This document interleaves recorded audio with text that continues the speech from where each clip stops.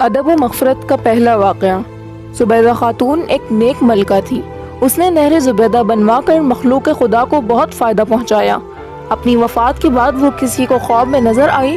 اس نے پوچھا کہ زبیدہ خاتون، آپ کے ساتھ کیا معاملہ پیش آیا؟ زبیدہ خاتون نے جواب دیا کہ اللہ رب العزت نے بخشش فرما دی۔ خواب دیکھنے والے نے کہا کہ آپ نے نہر زبیدہ بنوا کر مخلوق کو فائدہ پہنچایا، آپ کی بخشش تو ہونی ہی تھی۔ زبیدہ خاتون نے کہا نہیں، جب نہر زبیدہ والا عمل پیش ہوا تو پروردگار عالم نے فرمایا کہ کام تو تم نے خزانے کے پیسوں سے کروایا، اگر خزانہ نہ ہوتا تو نہر بھی نہ بنتی۔ مجھے یہ بتاؤ کہ تم نے میرے لیے کیا عمل کیا؟ زبیدہ نے کہا میں تو گھبرا گئی کہ اب کیا بنے گا، مگر اللہ رب العزت نے مجھ پر مہربانی فرمائی۔ مجھے کہا گیا کہ تمہارا ایک عمل ہمیں بہت پسند آ گیا۔ ایک مرتبہ تم بھوک کی حالت میں دسترخوان پر بیٹھی کھانا کھا رہی تھی کہ اتنے میں اللہ اکبر کے الفاظ سے اذان کی آواز سنائی دی۔ تمہارے ہاتھ میں لقمہ تھا اور سر سے دوپٹہ سرکا ہوا تھا۔ تم نے لقمے کو واپس رکھا، پہلے دوپٹے کو ٹھیک کیا، پھر لقمہ کھایا۔ تم نے لقمہ کھانے میں تاخیر میرے نام کے ادب کی وجہ سے کی، چلو ہم نے تمہاری مغفرت کر دی۔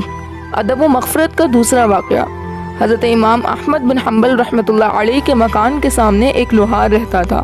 بال بچوں کی کثرت کی وجہ سے وہ سارا دن کام میں لگا رہتا۔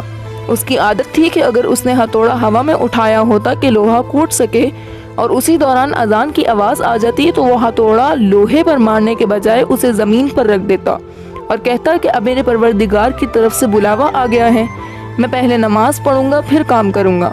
جب اس کی وفات ہوئی تو کسی کو خواب میں نظر آیا۔ اس نے پوچھا کہ کیا بنا؟ کہنے لگا مجھے امام احمد بن حنبل کے نیچے والا درجہ عطا کیا گیا۔ اس نے پوچھا کہ تمہارا عمل و علم اتنا تو نہیں تھا؟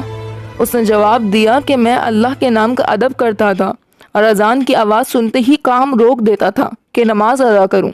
اس ادب کی وجہ سے اللہ رب العزت نے مجھ پر مہربانی فرما دی۔